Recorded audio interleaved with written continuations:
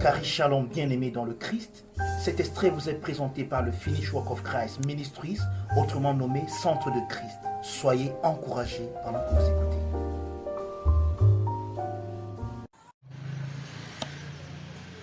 Vous devez apprendre à bénéficier des moments comme ceux qu'on vient de passer là. Amen. Ce n'est pas tous les jours qu'on a de tels moments. Ce n'est pas à tout moment qu'on a de tels moments. Parfois, nous sommes tellement calés dans notre mentalité avec des schémas qui nous empêchent parfois de couler avec l'Esprit de Dieu.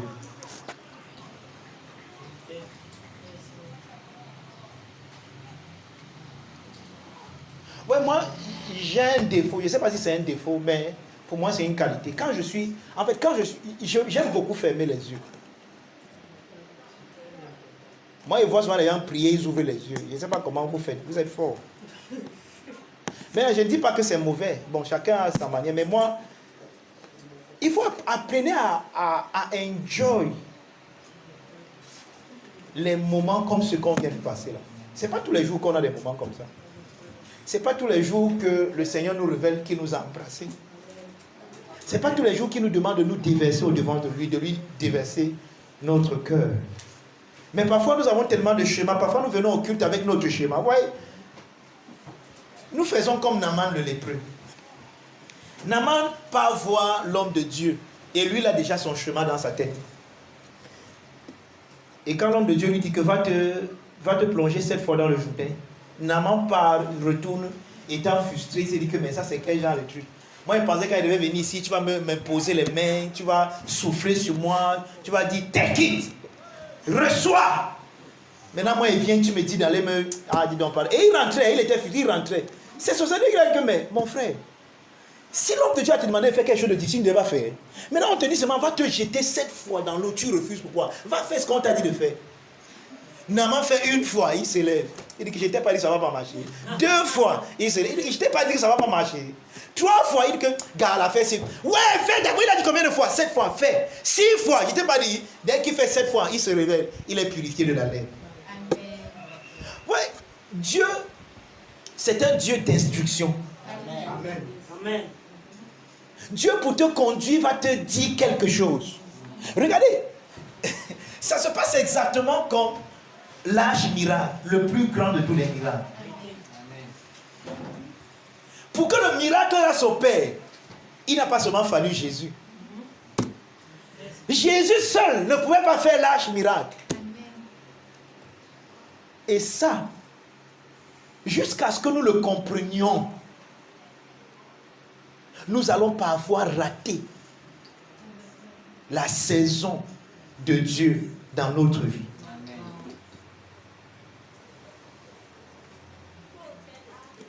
Marie qui connaissait cela, vous savez ce qu'elle a dit au serviteur? Soyez prêts. Faites exactement ce qu'il vous dira de faire. Je suis sûr que vous pensez que Marie leur disait ça parce que Jésus devait leur dire qu'aller puiser l'eau, remplissez les vases. Là c'est facile. Tout le monde peut faire ça. Mais vous savez là où c'était difficile à faire, là où Jésus a dit que puisez l'eau aussi et allez donner aux gens qui veulent le vin. Là, ils vont dire que non, on ne prend pas. Mais Marie leur a dit, écoutez, faites exactement ce qu'il vous dira de faire. Et c'est là où nous échouons. Parce que Jésus nous donne de l'eau.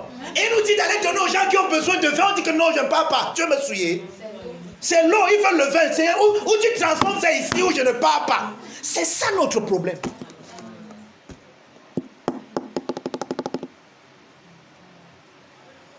Mais pourtant, nous voulons bien le miracle. Alléluia. Nous voulons bien que le vin, que notre eau, qui est inodore, sans saveur, soit transformée en vin avec une bonne saveur et une bonne odeur. C'est bien. Mais comment cela va-t-il se faire? Faites ce qu'il vous dira de faire. Nous sommes tellement têtus.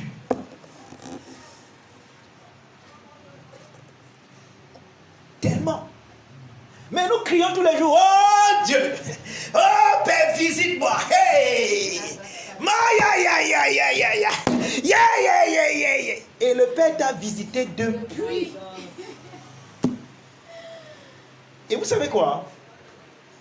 Dieu ne superpose pas les instructions.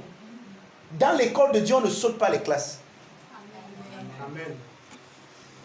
Tu ne passes pas une étape, tu restes là jusqu'à ce que tu traverses.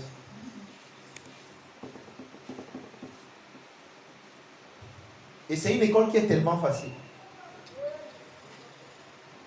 Parce que ce qu'il te demande à faire n'est pas difficile. On a vu dans le Christ de ce matin que la fidélité de nous participons à la fidélité de Dieu. Quand Dieu te dit de faire quelque chose, la capacité de faire ce qu'il te demande de faire est dans sa parole. Elle n'est pas en toi. Elle est dans sa parole. Là où nous échouons, c'est parce que nous nous regardons en nous. Dès que Dieu te dit, par exemple, on a vu ça avec la veuve de Sérepta, n'est-ce pas? Dieu dit que j'ai ordonné à une femme de prendre soin de toi. C'était on pensait que la femme là a un carton, je ne sais pas moi, un camion de farine et de maquereau avec des bidons de sacs d'huile.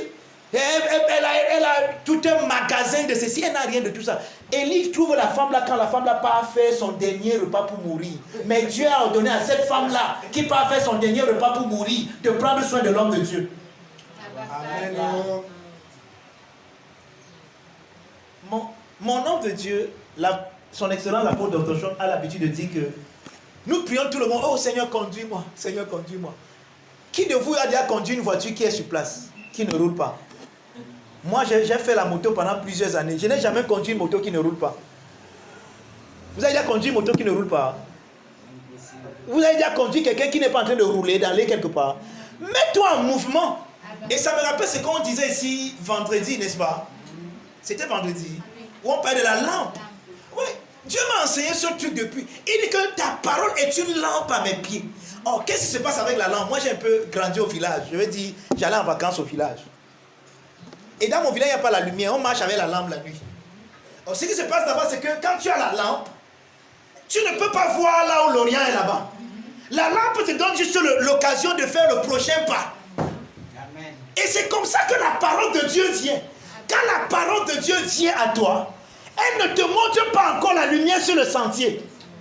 Mais elle te donne la capacité de faire le prochain pas. Et c'est pendant que tu marches avec la lampe sur tes pieds qu'elle devient une lumière sur ton sentier. Amen. Mais nous, quand on a la lampe sur...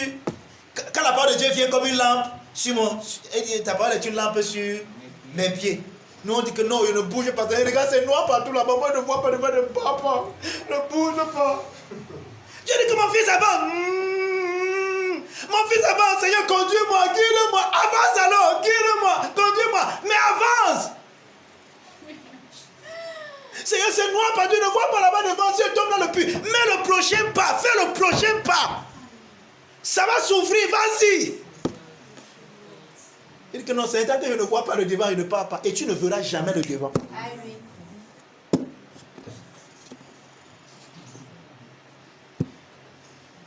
Dieu ne fonctionne pas comme tu penses, la bien-aimée. Nous devons comprendre notre Dieu. Quelqu'un me comprend? Dieu te conduit, te donne des instructions. Je n'aime pas souvent dire ça, mais il faut que je le dise. Par exemple, vous voyez, même s'il n'enseigne pas l'Apocalypse ce matin, il n'y a pas de problème. J'ai préparé mon message, mais même s'il n'enseigne pas ça ce matin, il n'y a pas de problème. Moi, je veux suivre l'esprit. Et j'ai l'impression que ce n'est même pas trop de l'Apocalypse que tu as besoin ce matin. Regardez, je vais vous dire quelque chose. Vous êtes dans un ministère où on ne vous fait pas trop travailler, dans le sens où nous ne sommes pas des gens qui croient trop jeunes, la prière, genre, n'est-ce pas? Mais ce mois-ci, l'Esprit de Dieu a déclaré que c'est notre mois de la consécration. Hein? Maintenant, certains d'entre vous, vous prenez ça pour acquis. On dit connectez-vous la nuit. Ou venez prier ici au centre du Christ. Personne ne vient à midi, entre midi et 14h, parce qu'on a donné 2 heures de prière. Entre midi et 14h et 21h, 23h. On dit que ok, ceux qui ne peuvent pas prier de midi à 14h viennent prier, se connaître pour prier de 21h à 20h. Maintenant, Certains d'entre vous, depuis qu'on a commencé, vous ne vous êtes jamais connecté, ni la nuit, vous n'êtes jamais venu ici prier. Mais à un moment, vous avez là, vous dites que, oh, pasteur, ma vie, ça ne tente pas. Et regarde, tu connais pourquoi Dieu a demandé qu'on fasse le jeûne et la prière pendant ce mois. Est-ce qu'on jeûne souvent ici? Est-ce qu'on fait souvent ce genre de pouvoir? Parce que, oui, il y a des ministères où les gens mangent le jeûne, oh, tu mets des cardio tous les jours, tu peux même te fatiguer. Mais tu vois, une instruction comme celle-là, je suis sûr que c'était dans le même parfois, vous ne jeûnez même pas. C'est le pasteur qui a dit non, il ne me voit pas, je mange. Mange, bien aimé, mange bien. Le pasteur ne te verra même jamais et je ne viendrai pas chez toi te voir. Mais regarde, ne sois pas seulement surpris, ne te plains pas demain. C'est là où j'ai appris une chose. Sincèrement, j'ai appris une chose. Ou alors je suis en train d'apprendre une chose. Ne bois jamais le caddie de quelqu'un d'autre. Parce que le christianisme, ce n'est pas les apparences.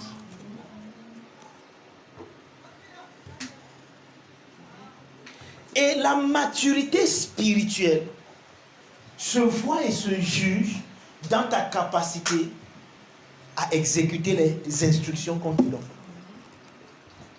Un homme mature, ce n'est pas un homme qui peut rester. Jean 3,7, car Dieu a tant aimé le monde. Romains 3, verset 7.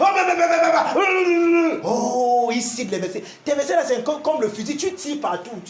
Ça n'a aucun objectif. Un homme mature, c'est un homme qui est capable d'écouter l'instruction et de faire exactement comme on lui a dit de faire. C'est ça un homme mature. C'est ça la maturité.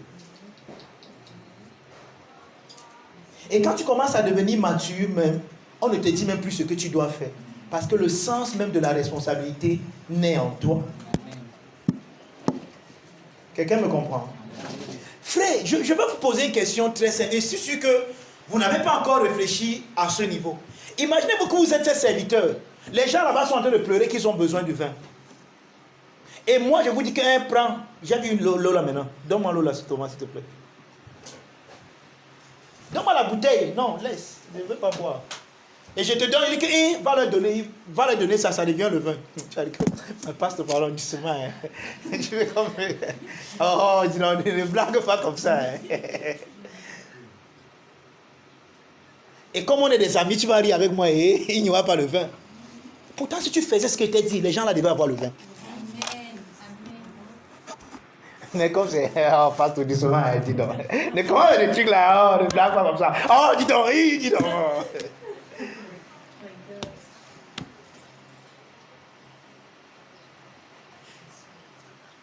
Le surnaturel, dans le Nouveau Testament, en fait, c'est ça. Regardez, à presque tous les miracles que Jésus a fait. Non, laisse même que je garde encore la bouteille. Il y a une foule de personnes devant Jésus qui ont faim et qui ont soif. Jésus dit à ses disciples, nourrissez-les s'il vous plaît. Les gars disent que le Seigneur, même si ils sont allés regarder dans leur compte bancaire, ils sont regardés dans le compte de l'église, mon frère, depuis personne ne donne les offrandes Père, on n'a rien, les caisses sont vides. Jésus dit que ouais. Ok, qu'est-ce que vous avez? Et vous voyez, ça commence toujours là. Qu'est-ce que tu as? Bon, ce n'est pas mon thème ce matin, donc je n'entre pas là-bas dedans. Ils lui ont présenté 5 pains et 2 poissons. Vous savez ce qu'ils ont dit? Mais qu'est-ce que ceci pour une si grande foule? Parce que eux, ils se limitaient seulement à ce qu'ils voyaient. Mais vous savez ce que Jésus a dit? Quand on vient avec les pains, on dit que Jésus a pris les 5 pains et les 2 poissons. Il a levé les yeux dans les cieux. J'ai déjà enseigné là-dessus plusieurs fois ici.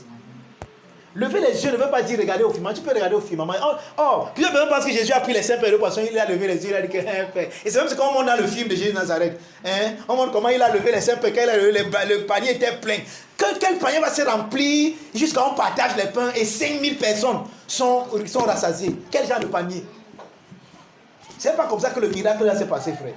Jésus a coupé les 5 pains. Il a dit aux gens que regardez là où ça commence. Il dit que mettez d'abord l'ordre. Ça commence par là. Mettez l'ordre. Mettez les gens en rang. Et on a fait 12 rangs. Il a maintenant coupé petit pain, petit pain. Donné à chacun. Maintenant, te voici, si tu regardes ta main, hein, tu as un petit pain et un petit poisson. Tu regardes la foule, c'est là-bas jusqu'à ça finit par dire que hey. J'ai dit que ok, maintenant partagez. Je suis sûr que Judas va commencer à dire que non, moi, il ne donne pas ma part. Hey, il veut nous souiller. Le maître ici veut nous souiller. Non, moi, il ne donne pas. Mais Judas, il regarde, il voit comment Pierre donne. Il regarde ça de Philippe, il dit, hey, moi, je vais donner ma part. Bon, j'ai pris Judas juste pour rire. Mais pour dire que les hommes têtus m'ont dit que non, on ne donne pas. Le maître, il veut nous souiller. Regarde la foule. Tu mets un petit pain. Dès qu'il veut donner à la deuxième personne, si je n'aurai plus le pain en main. Donc moi, je ne donne pas. Il veut nous souiller. Parfois, tu penses que Dieu veut te souiller. Pourtant, Dieu veut t'amener à vivre dans le surnaturel. Mais tu vois, tant que tu n'as pas appris à respecter les instructions, tu vas passer à côté. Pierre marchait sur les eaux, non? Mais il était le seul dans la barque. Il était le seul qui criait quand Jésus venait, qui disait qu'un fantôme. Mais pourquoi c'est lui seul qui a marché sur les eaux? Parce que c'est lui seul qui a demandé l'instruction. C'est ce qu'il a dit à Jésus. Jésus a dit que non, c'est moi, n'ayez pas peur. Pierre dit que non, moi, il connaît comment il te reconnaît. Tu es un homme qui donne des instructions. Donne-moi une instruction de te suivre, je vais te suivre. Jésus a dit que Pierre, viens. Donc, Pierre n'est pas sorti dans l'eau comme il a appris qu'il y a un pasteur qui a fait ça, il s'est noyé. Va marcher. Si tu veux mourir, il y a le bruit ici à côté. Mais il a dit que comme Jésus m'a aussi mal dans l'eau. Ou bien quelqu'un qui s'est enfermé dans une fosse aux lions, les lions l'ont bien mangé. Frère, ne soyez pas bêtes et stupides. Quelqu'un me comprend? Amen. Ces gens, je veux dire, obéissaient à une instruction. Amen. Qu'est-ce que Jésus a fait? Pierre, viens. Quand Jésus a dit à Pierre de venir, si Barthélemy sortait, il marchait, il mourait dans l'eau là. Parce que Jésus a bien dit, Pierre et toi, viens. Ça veut dire que tu ne peux pas marcher sur l'instruction de quelqu'un d'autre. Et c'est là où vous devez comprendre. Je ne peux pas partager mon instruction avec toi. Amen. Tu dois avoir ta part d'instruction. Yes.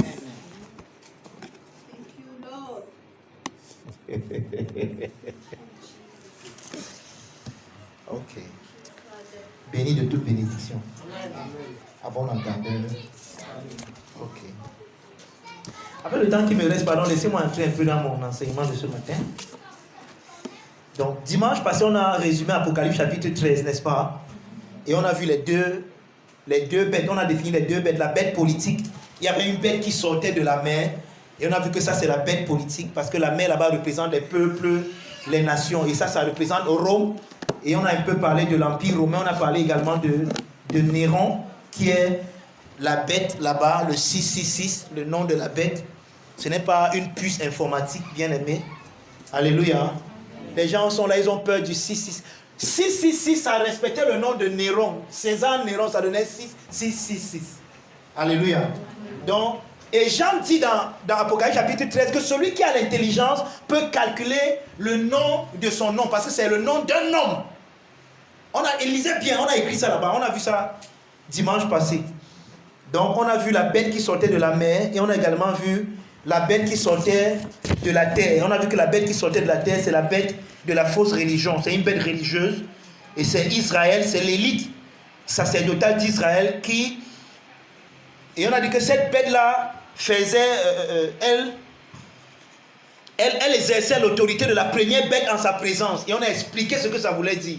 Amen. Amen.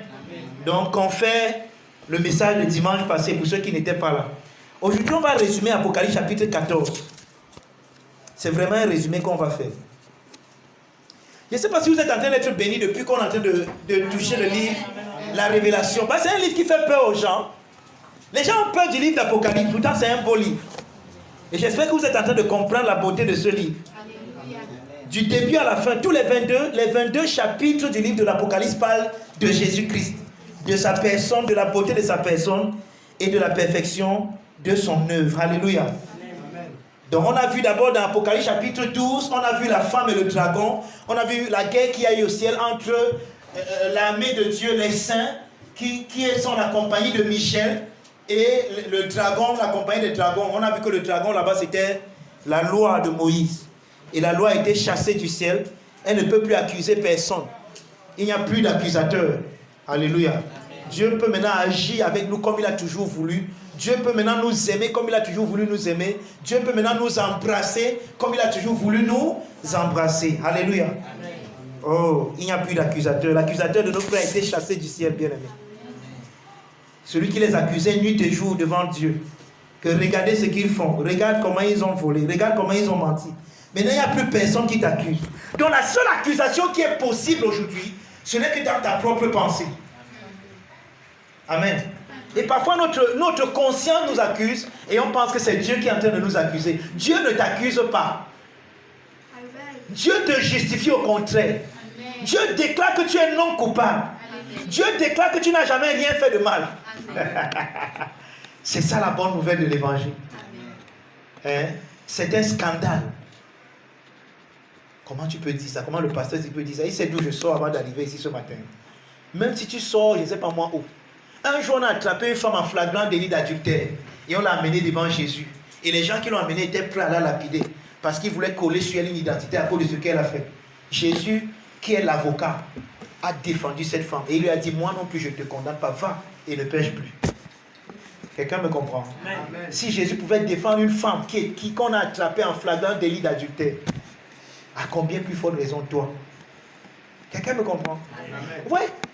La notion du harmatia doit complètement changer avec ce que Christ a fait pour nous. En fait, péché veut dire manquer le but. Quelqu'un me comprend?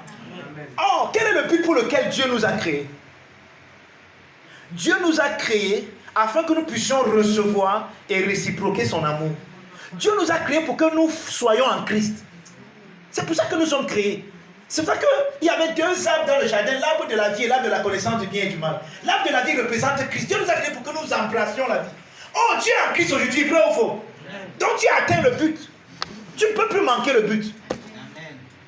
Maintenant, est-ce que je suis en train de dire, est-ce que je suis en train de dire que tu ne peux pas commettre des erreurs pendant ta marche? Tu peux commettre des erreurs. Mais ces erreurs ne peuvent plus s'appeler péché. Parce qu'il n'y a pas de péché tant qu'il n'y a pas de loi. Quelqu'un me comprend? Amen. Maintenant, comment est-ce que je fais? Je ne suis pas en train de dire, par exemple, que si j'ai fauté contre Jésus, je dois pas aller lui demander pardon. Non. Dans les relations humaines, nous commettons les erreurs les uns les autres, nous devons nous pardonner réciproquement. C'est ce que même Paul a dit. D'accord? Mais au niveau de Dieu, il n'y a plus besoin de pardon. Dieu te voit en Christ. C'est là-bas qu'il te voit. Et en Christ, tu es parfait. Maintenant, c'est quand toi-même tu vois cette perfection que tu vas également la manifester. Aussi longtemps que tu ne la vois pas, tu ne la manifesteras pas. Pourquoi tu continues à vivre comme tu vis? Parce que tu crois que tu es ce que tu penses là. Et aussi longtemps que tu crois là que tu es un pauvre pécheur, sauvé par la grâce, tu vas continuer à vivre comme un pauvre pécheur. Et gloire à Dieu, toi tu es un pauvre pécheur. Il y en a qui sont riches pécheurs. Amen. Amen. Quelqu'un me comprend? Donc, l'œuvre de Jésus et sa personne redéfinissent l'anthropologie, c'est-à-dire la doctrine de l'homme, la christologie et même l'humanité tout entière. Nous devons tout voir maintenant à la lumière de la beauté de Christ. Pour ceux qui viennent ici le mercredi, j'ai montré qu'en réalité, Dieu ne nous a même pas pardonné. Parce que pour que je te pardonne, il faille que tu m'offenses. Et même quand tu m'offenses, il faut que je prenne l'offense. Donc il faut que je sois offensé de ton offense. Pour que maintenant quand tu viens me dire que ok, je t'ai pardonné. Parce que pardonner veut dire laisser aller. C'est pour ça que le mot pardonner, ça vient du mot grec afin, ce qui veut dire divorcer. Ça veut dire que je divorce des conséquences de ton tort. Or, Dieu n'a jamais été fâché contre l'homme. Jamais. Voyez, je sais qu'on vous a enseigné ça. Que quand l'homme a péché, Dieu s'est séparé, s'est éloigné. C'est pas vrai. Le rapport de Moïse dans la Genèse nous dit le contraire. Qui est venu chercher l'autre? Qui a commencé à communiquer avec l'autre? Qui a même couvert l'homme qui a pensé qu'il était bien couvert avec le feu de figue? Dieu. Dieu n'a jamais été fâché de l'homme, jamais. Mais l'homme dans son aliénation a commencé à fuir Dieu. Il a dit que non. C'est que, en fait, Dieu a frustré l'homme avec sa joie. Imaginez-vous que votre enfant a brisé le verre pendant qu'il lavait les assiettes. Et parfois, nous tous, on a été dans ce genre de situation. Hein? Quand maman rentre, dès que tu entends savoir, papi, hey, ton cœur commence à battre. Pourquoi ton cœur bat? Ton cœur bat parce que tu as une fausse image de ta mère. Tu penses que parce que tu as brisé son verre, maman ne peut pas te... Maman va me tuer. Aïe, le verre. Tu as même parfois tout fait. Tu as voulu même scotcher. Tu as même voulu faire des trucs. Mais tu sais que ça n'a pas donné vraiment. Dès que tu entends sa voix, immédiatement tu as peur. Ce n'est pas la voix de maman qui te fait, c'est ta culpabilité qui te fait peur. Mais dès que maman constate, gars, tu as cassé le verre, oui. Ouais, mais tu voulais m'aider, c'est bon, laisse comme ça. Toi-même, tu es étonné, tu dis que, hey, c'est quel genre de main ici? Moi, je pensais que... Oh, nous croyons que c'est cette peur qu'Adam avait. Et parfois, ton enfant a ce genre de pensée parce qu'il t'a vu punir sa grande soeur qui avait aussi cassé le verre. Mais si l'enfant là, par exemple, imaginez-vous, l'enfant là a vu sa grande soeur casser le verre, tu as dit que, ouais, maman, tu as cassé le verre, il n'y a pas de problème, on va acheter un autre. Vous pensez que si lui casse le verre, il aura peur de toi? Jamais. Il viendra dire que maman, je ne sais pas, il avait les anciens cassés le verre, il dit que oui, ça va, laisse, c'est bon. Son petit frère qui voit comment tu te comportes saura que même si on casse le verre, il n'y a pas de problème. Mais si tu avais puni sa grande soeur, quand lui casse le verre, il dit que les punitions là, je suis fini. Or, nous pensons souvent que Adam, lorsque Dieu est venu, Adam s'est caché parce qu'il a eu peur de Dieu. Adam n'a jamais connu un Dieu fâché. Tout ce qu'Adam connaît de Dieu jusqu'à ce moment, c'est un Dieu qui vient toujours jouer, un Dieu qui vient rire, un Dieu qui vient l'embrasser. Donc Adam ne s'est pas caché parce qu'il a eu peur de Dieu. Mais Adam s'est caché parce que lui-même, il avait fait une prophétie. Voici l'homme quittera son père et sa mère et s'attachera à Isha. Et les deux deviendront une seule côte. Donc quand Adam a découvert son humanité, les rois de son humanité, le gars s'est accroché à ça. Il a dit à Dieu que Seigneur, merci. Tu m'as montré l'homme que je suis. Maintenant, tu peux rester là-bas. Moi, je suis ici. C'est ce qui s'est passé. C'est pour ça que ce jugement, je vous l'ai expliqué lors d'une de nos conférences de Téléstal, que c'est exactement ce qui se passe dans Jean chapitre 3. Qu'est-ce que Jésus dit là-bas? Il dit que voici le jugement. La lumière est venue dans le monde, mais les hommes ont préféré les ténèbres à la lumière. Donc c'est une question de préférence ici. Tu vois, l'homme a embrassé, j'ai envie de prendre quelque chose, l'homme a embrassé son illusion, il a embrassé son illusion là, et il a cru que c'est ce qu'il est. Que quand Dieu vient dire, Dieu dit que regarde, viens, c'est moi la vérité, il dit que non Seigneur, reste là-bas, moi je suis bien ici. Et c'est ce que nous faisons tous les jours. Nous embrassons un mensonge comme étant la vérité. Et quand la vérité vient, on dit que non, c'est pas toi la vérité, laisse-moi, je suis bien ici. Je suis bien ici avec mon illusion aussi. Oh, qu'est-ce que Dieu faisait? Qu'est-ce que Dieu a donné? Le seul moyen que Dieu avait fait, c'est d'entrer dans l'illusion de l'homme là, afin de montrer à l'homme la subtilité de son illusion. C'est pour ça que c'est ça l'incarnation. Amen. Quelqu'un me comprend? Amen. Bien aimé, c'est Jésus qui est la vérité. Amen. C'est Jésus qui est la vie. Toute autre chose que tu peux embrasser en dehors de Jésus, ce n'est qu'un mensonge. Ce n'est qu'une illusion. Parfois, nous avons cherché le secours là où les choses ne pouvaient même pas nous aider. On a cherché le secours dans les choses qui ne pouvaient pas nous aider. On a cherché le secours dans l'argent. On a cherché le secours dans l'emploi, dans le travail, dans plein de choses. Et on a négligé l'essentiel. Agathos Méris. Hier, je suivais encore l'enseignement là seul. Agathos, pardon, allez écouter l'enseignement là dans notre page YouTube. La bonne part. Agathos Méris. Waouh. J'étais en train de suivre ça. C'est comme si ce n'était pas moi qui enseignais là-bas. Quelqu'un me comprend? Amen. La bonne part, frère, qui ne te sera pas... Il y a les parts qui te seront ôtées. Il y a des choix que tu vas perdre. Ne choisissons pas comme Lot. Au moment où il fallait se séparer, Lot sait bien que si je suis riche, c'est parce que je suis à côté de mon oncle Abraham. Maintenant, au moment où il faut se séparer, Lot lui regarde. Il voit que là-bas, les pleins de soie sont verts. Son nom dit que je suis allé là où tu pars, moi je vais aller au contraire. Il dit ok, tonton, c'est là-bas que je pars. Donc toi, prends le côté où ce n'est pas vrai. Va te débrouiller là-bas. Mais il oublie que la bénédiction ne dépend pas de l'endroit où tu es. Amen. Vous voyez, il est entré à Sodome et Gomorrhe avec tous ses richesses. Vous savez comment il est sorti là-bas? Avec un bâton et deux filles qui ont fini même par le violeur. Il est entré là-bas avec tous ses richesses. Il est sorti avec un bâton. Même sa femme est restée dans le processus. Pourquoi? Parce qu'elle n'a pas pu observer l'instruction.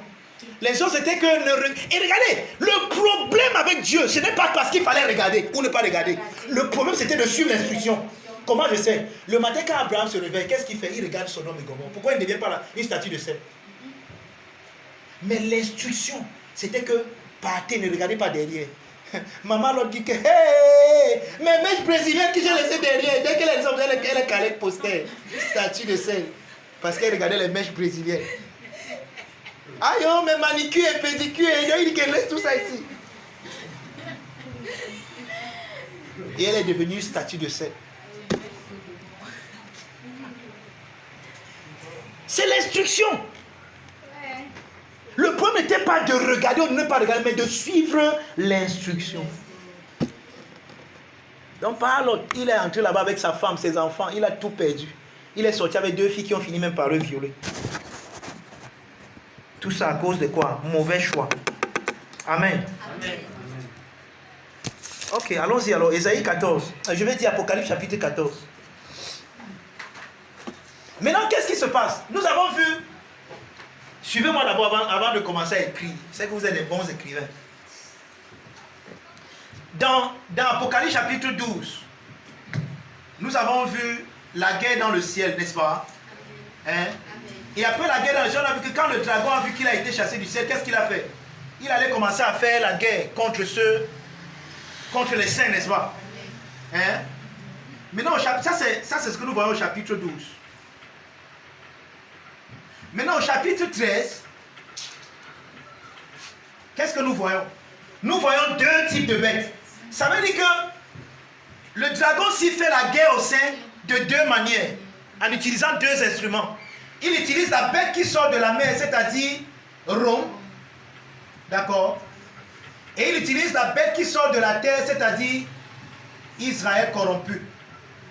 Hein? Parce que n'oubliez pas, quand on dit Israël, tout Israël n'était pas corrompu. Paul est israélien, et je vais dire israélite, et tous les autres également. Mais tout Israël n'était pas corrompu. Donc, ouais, je vais vous montrer seulement comment ça se suit. Chapitre 12, on voit la guerre dans le ciel. Le dragon a été chassé du ciel, et il vient sur la terre, il poursuit la femme, et il ne va pas faire la guerre au reste. Mais on dit que la terre secoue la femme. Et il fait la guerre à la femme et au sein de 2 manières. Il utilise 2 bêtes, ça c'est le chapitre 13. Il utilise la bête qui sort de la mer, c'est-à-dire l'eau. Il utilise la bête qui sort de la terre, c'est-à-dire Israël apostate. N'est-ce pas? Maintenant, immédiatement dans le chapitre 14, on voit maintenant quelque chose d'autre. Oh, notre Dieu est merveilleux. On voit Dieu qui, pendant que la bête fait la guerre, je veux dire que le dragon fait la guerre au sein, Dieu, on montre l'agneau, ici au chapitre 14, avec 144 000 personnes. Et on nous dit que ces gens-ci ont quelque chose de particulier. Ils ont le nom de Dieu sur leur front. Ça parle de quoi? Ça veut dire que pendant que le dragon est en train de faire la bête au sein, Dieu lui prend soin de protéger ses saints. Amen. En fait, c'est de ça qu'on parle au chapitre 14. Amen. Le fait que les saints sont protégés par Dieu. Ils sont préservés par Dieu. C'est pour ça qu'on les voit ici. Qu'est-ce que vous voyez au chapitre 14? Ils sont sur la montagne de Sion. Et la montagne, ça parle de quoi? Ça parle de la présence de Dieu. Donc Dieu préserve ses saints dans sa présence. Or, nous avons vu ici que lorsque lorsque Vespasien d'abord a encerclé Israël, a encerclé Jérusalem, je veux dire, qu'est-ce qui s'est passé? Les chrétiens se sont souvenus de l'instruction. Je préfère vous appeler ça comme ça. Jésus avait donné une instruction. Oh, je ne sais pas. C'est comme si ce matin, le thème de mon enseignement, c'est l'instruction. Amen. Jésus avait donné une instruction. Il avait dit que lorsque vous verrez Jérusalem encerclée, entourée par les soldats romains, sachez que l'abomination de l'abominable a le fuyé. Oh, Vespasien est venu. Il a encerclé Jérusalem. Oh, les gars ne peuvent pas fuir. Mais quelques temps après, Vespasien est parti. Dès que les gars ont vu que Vespasien est parti, ceux qui ont écouté l'instruction, qu'est-ce qu'ils ont fait? Ils ont fui, ils sont allés dans une montagne qu'on appelle Péla. Ils sont allés au mont Péla. D'accord? Donc en fait, les 144 000 qu'on montre là, ce sont les chrétiens qui ont échappé à la destruction de Jérusalem au mont Péla. Maintenant, 144 000, ce n'est pas le nombre exact, on ne l'a pas compté, mais c'est un chiffre symbolique. Et c'est que les témoins de Jéhovah disent que c'est un chiffre littéral. Hein? Qu'il y aura 144 000 personnes qui seront sauvées. Non. Je vous ai dit que les chiffres dans le livre de l'Apocalypse sont symboliques. D'accord? On a vu les 4 êtres vivants, ce que ça veut dire. On a vu les 24 vieillards, ce que ça veut dire. Et même 144, si, c'est combien? Comment on fait pour avoir 144? 12 fois 12 fois 1000, non? 12 c'est quoi? 12 tribus d'Israël. Donc les saints dans l'Ancien Testament. 12 ici c'est quoi? Les 12 apôtres, dont les saints dans le Nouveau Testament. Fois 1000, fois un nombre indéterminé. D'accord? C'est ça les 144 000. Donc ce n'est pas 1, 2, 3, 144.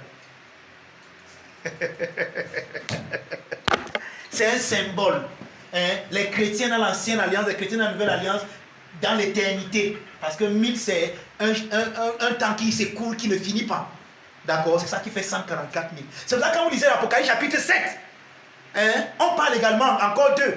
Parce qu'ici, lorsqu'on a vu ça, lorsqu'on voyait les sceaux, on dit que lorsque l'ange voulait sceller, il a dit que non, attends d'abord, il faut que je marque de son sceau les disciples du Seigneur. Et on les voit là. On voit encore les 144 000 ici, dans l'Apocalypse chapitre 7.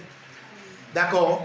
Donc c'est les saints de l'ancienne alliance, de la nouvelle alliance. Donc en fait, c'est l'église de Dieu dans tous les âges. C'est ça, 144 000. Donc pendant que le dragon utilise Rome et Israël pour persécuter l'église, Dieu protège ses enfants. Oh, ce n'est pas beau, dis donc. Pourquoi vous faites comme si...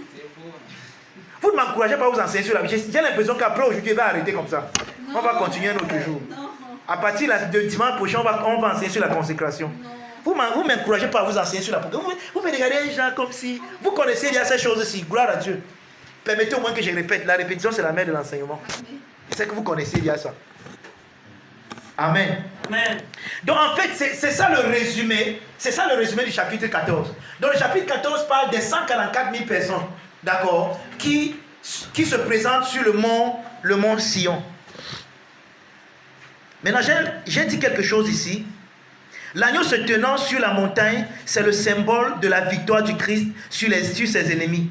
La montagne était le lieu de l'adoration. C'est vrai, non? Amen. Hein? Qu'est-ce que Jésus dit à la femme samaritaine? Non, c'est elle qui dit, vous adorez sur cette montagne, mais nous on adore là-bas. Donc les gens adoraient, on appelait ça les hauts lieux. Et c'était toujours les hauts lieux qui étaient les lieux d'adoration. Donc quand on montre l'agneau sur la montagne, ça parle simplement du fait que Jésus, pendant qu'il y a cette guerre, pendant que le dragon utilise Rome et Israël pour faire la guerre aux saints, les saints sont préservés dans l'adoration à leur Dieu. Amen. Et justement, ça contraste ce qu'on a vu au chapitre 13. Parce qu'au chapitre 13, on voit les gens qui ont reçu la marque de la bête. Donc ils ont reçu la fausse adoration. Mais ceux-ci n'ont pas accepté d'adorer la bête. Ils sont restés dans la vraie adoration. Amen. Et c'est comme ça que Daniel a été préservé. Il y avait un édit qui disait que personne ne prie plus un autre Dieu, si ce n'est le Dieu, l'empereur. Daniel a dit que 0 faute. On dit que 3 fois par jour, en direction de Jérusalem, il ouvrait sa fenêtre et il priait en direction de Jérusalem. C'est pour ça qu'on l'a pris et on l'a amené dans la fosse au lion. Quelqu'un me comprend? Parce qu'on voulait qu'il fasse la fausse adoration, mais lui il est resté dans la vraie adoration. Oh, qu'est-ce qui s'est passé dans la fosse au lion? Il y a eu justement ce qui se passe au chapitre 14. Hein? Le nom de Dieu sur son front, afin que quand on l'a jeté, les lions ont vu, ils ont dit que hey, pardon, ne touchons pas celui-ci. On ne peut même pas le toucher. Et les lions sont devenus plutôt... En fait, Daniel, au lieu de tomber, parce que normalement, la chute même pouvait l'écraser. Mais les lions se sont couchés. Comme un matelas, il est tombé. Ouaga, ils l'ont reçu ici. Quelqu'un me comprend? Amen. Daniel est resté dans la fosse au lion. Toute la nuit, là, le roi n'a pas dormi. Le matin, le roi vient. Daniel, est-ce que tu m'as dit que oui, mon Dieu m'a protégé? Donc, c'est de ça qu'on parle ici, en fait. Amen. Donc, il y a la guerre. Les gens, tes ennemis veulent te jeter dans la fosse au lion. Mais le nom de Dieu est sur ton front. Oh, je veux parler un peu du front ce matin. C'est quoi le front? Ta mentalité, ta pensée. Oh, qu'est-ce qui est dans ta pensée? Le nom de Dieu. Amen. En d'autres mots, ceux qui sont ici, qui sont dans la vraie adoration, c'est ceux qui se voient comme Dieu les voit. C'est ça le nom sur le front. C'est ceux qui pensent à eux comme Dieu pense à eux. C'est ceux qui ont la pensée christique d'eux. Ce sont eux ici, les 144 000. Oh, est-ce que ce n'est pas ça l'église? Qu'est-ce que Jésus a dit? La première, l'une des fois où le mot, où la vraie définition de l'église, l'un des passages où l'église est bien définie, c'est Matthieu chapitre 16, n'est-ce pas? Hein? Là où Jésus pose la question, qui dit-on que je suis? Moi, le Fils de l'homme. Qu'est-ce que les gens viennent? Les gens disent beaucoup de choses, n'est-ce pas? Il y a deux types de réponses. La réponse selon la chair. Tu es Élie, tu es ceci, n'est-ce pas? Mais il y a une autre réponse qui vient, c'est la réponse de Pierre. Tu es le Christ, le Fils du Dieu vivant. C'est là où Jésus lui dit que regarde, Pierre, tu es heureux. Et le mot être heureux là-bas, c'est le mot makarios, qui veut dire en d'autres mots, tu es joyeux. En d'autres mots, il y a une source de joie qui coule en toi, mais à laquelle tu ne connaissais pas, qui vient, à laquelle tu viens de te connecter. C'est ça le mot être heureux. Je suis que vous pensez qu'être heureux, c'est avoir les voitures, avoir les maisons. Non, ça n'a rien à voir avec ça. Être heureux, c'est comprendre ta position en Christ et la laisser se révéler, se manifester en toi. C'est ça être heureux. Ok. Parce que ça ne va pas me donner à manger. Je sais que c'est ce que tu as dit dans ton cœur. Il n'y a pas de problème. Moi, ça me donne à manger. Amen. Maintenant, qu'est-ce que Jésus a dit? Dès que Pierre, regardez, dès que Pierre reçoit la révélation du Père, donc le Père,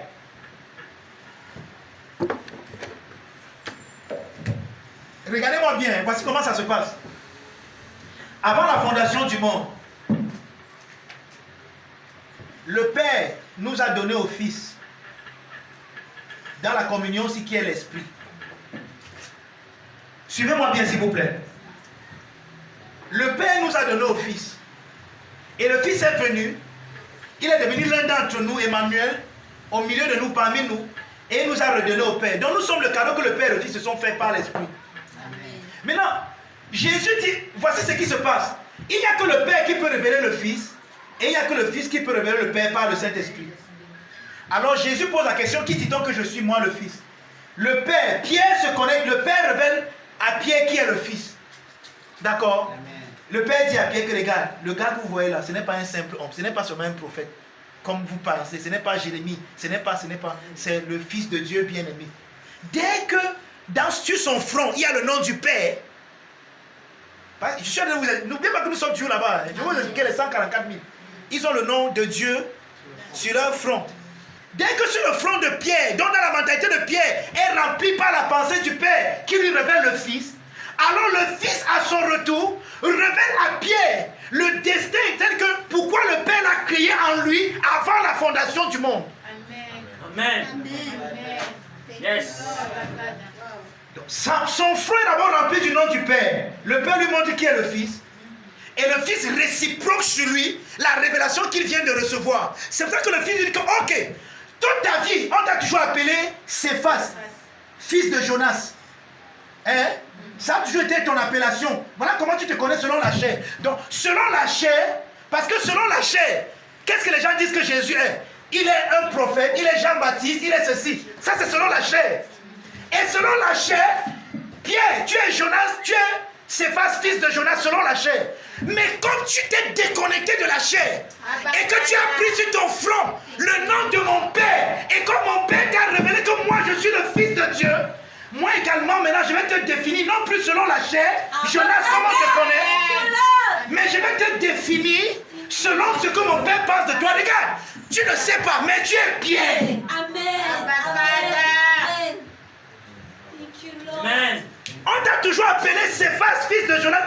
Tu es Pierre, c'est ce que tu es. Personne ne voit ça, mais je te le dis maintenant. Et sur cette pierre, je vais bâtir mon ecclésia. C'est ce que tu es, c'est ce que tu représentes dans le plan de Dieu.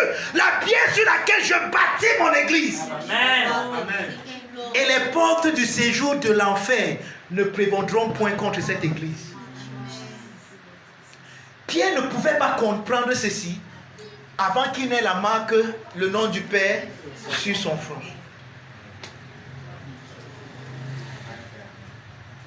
J'ai envie de vous dire beaucoup d'autres choses, mais votre attitude me décourage. Que tout arrive, Dieu quitte devant vous. C'est ça qui vous dérange, non?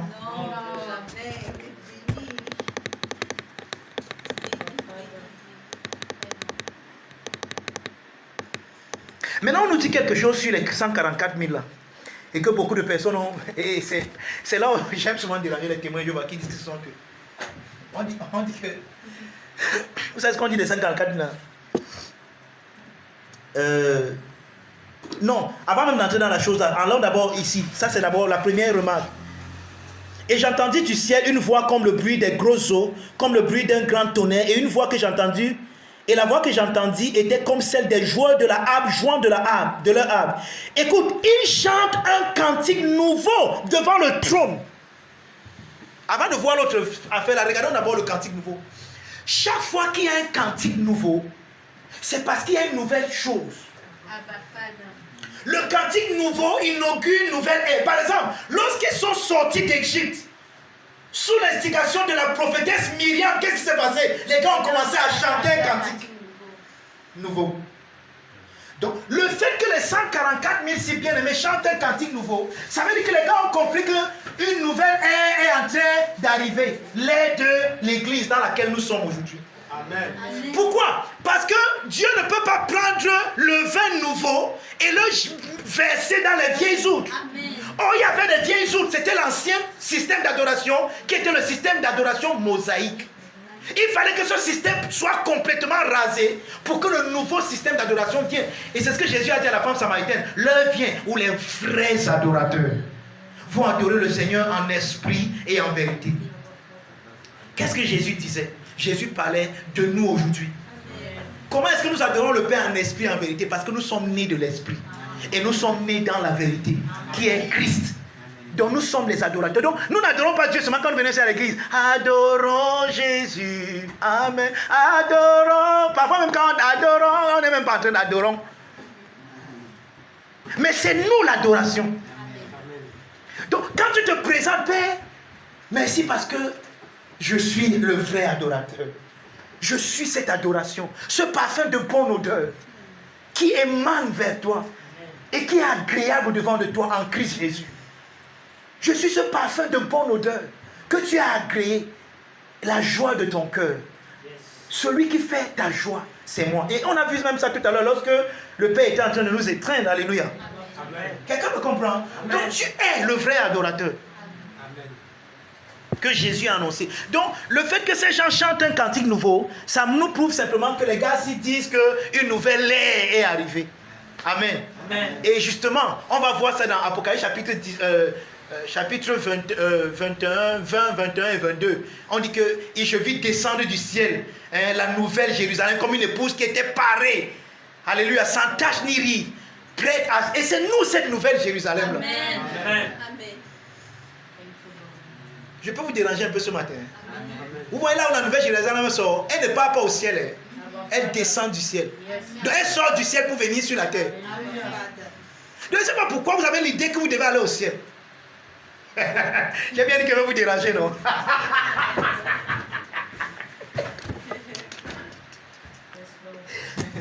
La nouvelle Jérusalem descend du ciel. Elle ne part pas au ciel. Elle n'est pas sur la terre en train d'aller au ciel. Bien aimé, je veux. Voici le commentaire de beaucoup d'enfants. Bien aimé, je veux aller au ciel. Je veux faire le ciel. Il ne faut pas que je rate le ciel. Tu as le ciel que tu es d'abord.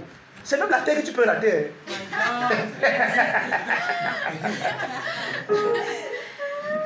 Non, Rio, mais je suis sérieux. Tu rates la terre comment? En ne vivant pas la vie céleste à laquelle tu es destiné ici sur la terre. Tu rates la terre. On t'a appris à rater le ciel, tu es céleste. Tu risques plutôt de rater la terre. Quand tu es malade ici, tu es en train de rater la terre. Parce que tu n'as pas été créé pour venir ici être malade. Donc au lieu de chercher à rater le ciel, tu risques de rater la terre.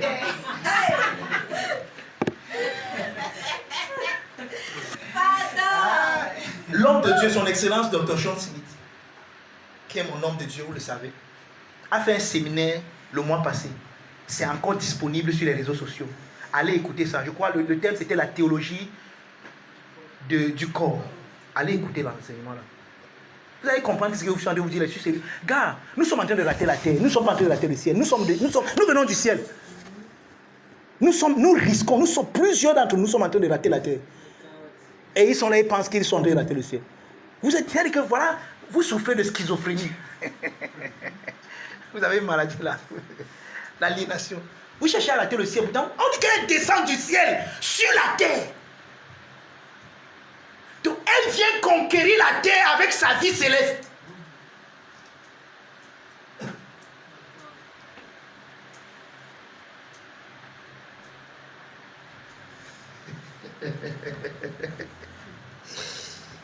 En cherchant à rater le ciel ou à gagner le ciel, tu es en train de rater la terre. Ce n'est pas étonnant. La terre est remplie de tellement de fausses choses. Parce que les célestes que nous sommes qui devions venir implémenter notre vie céleste sur la terre, nous on est plutôt en train d'aller de chercher à aller encore au ciel.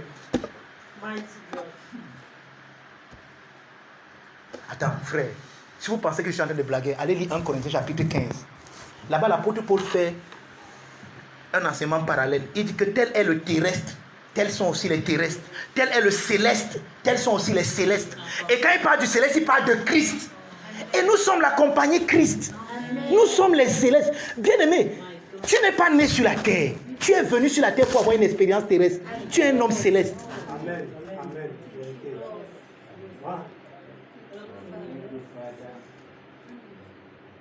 Donc ne viens pas sur la terre, tu commences à faire comme si la terre.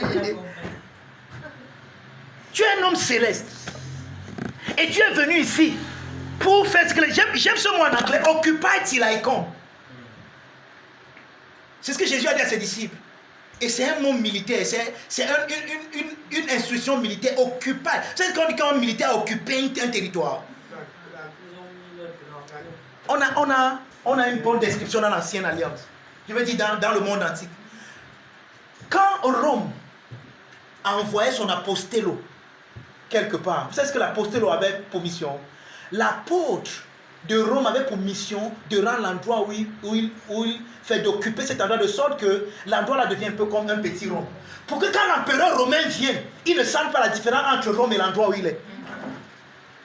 C'est ce que nous sommes venus faire sur la terre. Nous sommes venus pour que... Oui, les gens sont là, ils disent qu'ils partent au ciel, ils s'attendent à l'enlèvement pour quitter, pour sauter comme les fusées. Fiou! Fiou! Pourtant, nous sommes venus ici accueillir le roi des rois. Amen. Amen. Il nous a envoyés ici en mission pour l'accueillir. Donc, c'est que les gens disent que la seconde venue de Christ, c'est pas le départ de l'église. Mais moi, je me suis étonné. Jésus vient, vous partez où? Donc, vous allez vous croiser en l'air. Lui vient, vous partez. Wow. Quelle question. Ah oui. Et on a même vu que la seconde venue, là, ce n'est pas vrai, non? Ce n'est pas vrai. Il est déjà venu plus de 3 fois, plus de 5 fois, plus de 10 fois. Ce matin même, il vient. Yes. Vous êtes encore là? Amen. Regardez, vous voyez que je ne suis même pas en train de lire. Votre attitude, je ne suis même pas en train de lire, mais j'ai écrit plein de choses ici pour vous dire, mais recevez d'abord ce que vous recevez là. Amen. Recevez d'abord le peu là. Peut-être c'est ça qu'il vous faut ce matin. Amen. Maintenant, je veux qu'on regarde une autre chose, et c'est sur ça qu'on va finir ce matin. Il y avait tellement d'autres choses qu'on pouvait voir, mais on nous dit quelque chose sur ces 144 000. Et c'est là où j'aime déranger mes témoins, mes frères et témoins de Jéhovah. Vous savez qui disent que ce sont eux là-bas, non? Ce sont ceux qui ne se sont pas souillés avec les femmes. Mando se capra intaya bababa. Hey! Hey, aïe, aïe,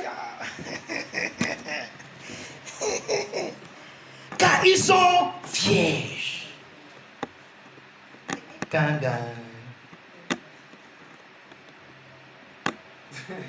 Si tu ne comprends, ouais, certains enfants de Dieu, parce qu'ils n'ont pas compris ça, ils se sont disqualifiés directement. Ah, si moi viens, je ne suis pas dedans. C'est pas moi, c'est pas moi. 144 000, c'est d'autres personnes. C'est pas moi. Je vous ai dit que c'est des symboles, frère. Tu es vierge. C'est ce que je vais même te montrer ce matin. Si tu veux que je te montre, mais si tu ne veux pas, je ne te montre pas.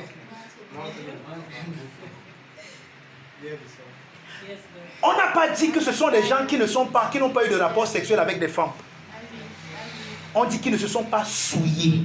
C'est différent. Voilà même d'abord la première remarque qu'il faut faire. On n'a pas dit que ce n'est pas des gens qui ont eu des rapports sexuels avec des femmes. On a dit qu'ils ne se sont pas souillés avec des femmes. Pourquoi? En Israël, il y avait une loi. Quand tu étais appelé à aller en guerre, vous connaissez l'histoire d'Uri? Uri. Hein? C'était interdit que tu ailles dormir avec ton épouse. C'est ton épouse. Mais quand tu es en guerre, en fait, quand tu es appelé à aller en guerre, tu as été sanctifié pour la guerre. C'est pour ça que là je vais pas, on ne va pas lire à cause du temps, mais prenez les passages que j'ai notés ici pour vous. Je vous ai dit que je voulais vous dire plein de choses, mais on ne peut pas. 2 Rois 19, verset 21.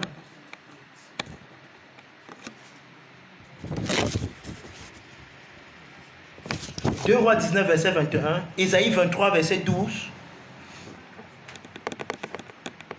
Je voulais qu'on lise tous ces passages. C'est qu'on dit là est merveilleux vraiment. Mais allez lire ça à la maison. Pour ceux qui lisent souvent à la maison. Jérémie 14, verset 17.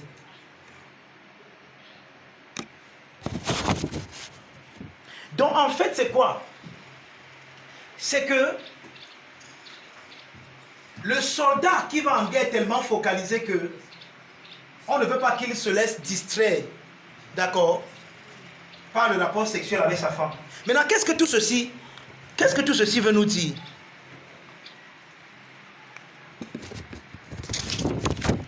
La virginité est fréquemment utilisée dans l'ancienne alliance pour Sion, peuple de Dieu. Donc on montre que Sion est une vierge. Et lorsqu'on parle de Sion qui est une vierge, on dit simplement que chaque fois que le peuple d'Israël était fidèle à l'alliance avec Dieu, Dieu l'appelait la vierge. Vierge pourquoi? Parce qu'elle n'a pas commis d'inceste ou bien de rapport avec un autre. Mais chaque fois que le peuple d'Israël allait dans l'idolâtrie, chaque fois Dieu l'appelait une prostituée. C'est même pour ça que vous voyez, quand on parle par exemple de la grande prostituée dans Apocalypse 17, 18, 19, 20, on parle de la Babylone, la prostituée, celle qui est assise sur celle qui a fait boire tous les rois de la terre avec le vin de sa prostitution. C'est qui? C'est Jérusalem, c'est la fausse adoration. C'est le judaïsme qui a rejeté son Messie. C'est ça la prostituée. Pourquoi? Parce que son Messie, c'est son vrai mari qui est venu pour avoir un rapport avec elle, mais elle a rejeté, elle a accepté une image, elle a accepté Rome. Donc elle allait embrasser notre mari, elle est prostituée, elle a commis l'adultère. Quelqu'un me comprend? Vous devez comprendre cette technique. Ces thèmes techniques sont très importants à comprendre. C'est pour ça que, par exemple, on nous décrit Ésaïe comme quelqu'un qui a commis l'adultère. Mais on n'a vu nulle part où Ésaïe allait coucher avec la femme de Trie. Mais Ésaïe a commis l'adultère comment? Parce qu'il est le premier-né. Il a reçu quelque chose de Dieu, mais il a pris ça, il a négligé. Enfin, il a reçu la marque, le nom de Dieu sur son front, mais il a négligé cette marque de Dieu parce qu'il fallait qu'il mange et qu'il boive. Donc il a aimé la nourriture plus que ce qu'il avait reçu de Dieu. Et Dieu dit qu'il a commis la fornication. Donc celui qui rejette son droit d'aînesse, ce qu'il a reçu de Christ, pour aller embrasser d'autres choses, c'est ça la fornication devant Dieu. Tu es une prostituée. Tu as renié ta virginité. C'est ça qu'on dit ici que les gars, si c'est des gens qui ne se sont pas souillés avec les femmes. Pourquoi? Parce que c'est des gens focalisés. Parce que c'est ça le mot se souiller avec les femmes. Non, ils ne sont pas laissés distraits. Parce que dans le temps, on pensait que la femme, apparemment, même quand certains athlètes préparent certaines compétitions aujourd'hui, on leur refuse, même on les sépare de leur femme, ainsi de suite. C'est vrai qu'il faut qu'ils partent faire les recherches là-dessus. Apparemment, le rapport sexuel affaiblit l'homme d'une certaine manière. Bon, j'ai dit bien qu'il faut que je parte faire les recherches là-dessus, je ne suis pas sûr. Voilà, donc. Vous comprenez un peu? Donc ici, ça parle du fait qu'ils étaient des gars focus. Et on dit qu'ils sont vierges, pourquoi? Parce qu'ils n'ont pas reçu la marque de la bête que les autres ont acceptée dans l'Apocalypse chapitre 13. Ils sont restés fidèles au Seigneur, c'est ça la virginité.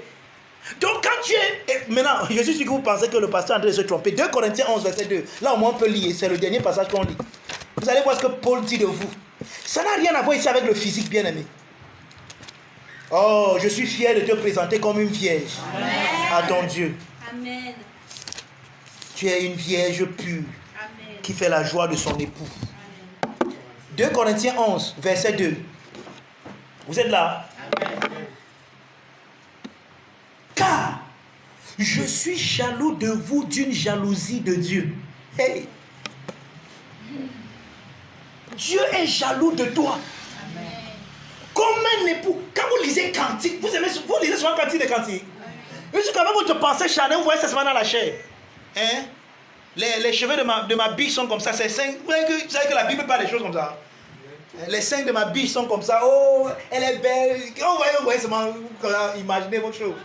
Pourtant, ça parle de la relation de Christ et de l'Église. Le livre là.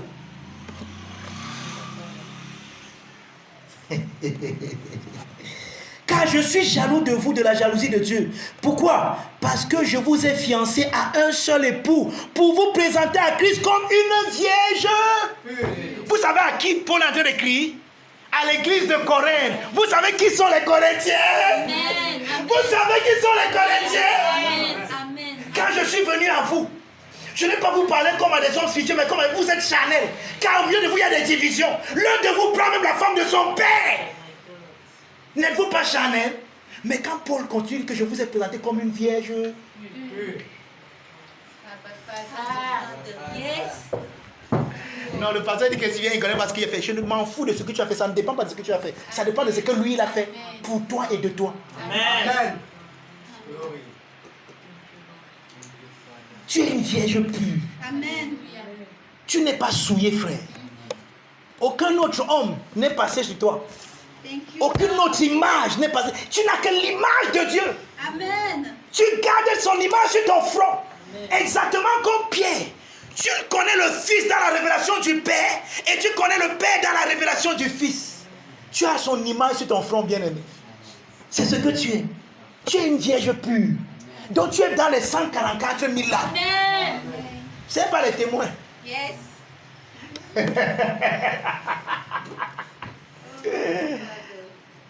Oh, thank you, Lord. Ok, on va s'arrêter là ce matin. Vous êtes bénis de toute bénédiction. Mettons-nous debout et rendons grâce au Père. Disons-lui merci pour ce qu'on a reçu ce matin.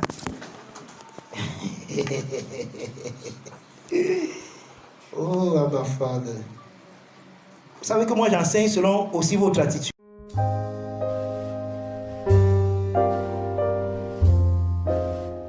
Cet extrait vous a été présenté par les amis et partenaires du Finish Work of Christ Ministries, le centre de Christ, situé en face du lycée de Bonasama à Bonabéry. Rejoignez-nous les mercredis, vendredis et dimanches à 17h30 au Finish Work of Christ Ministries. Nous dévoilons Christ comme étant vous en vrai.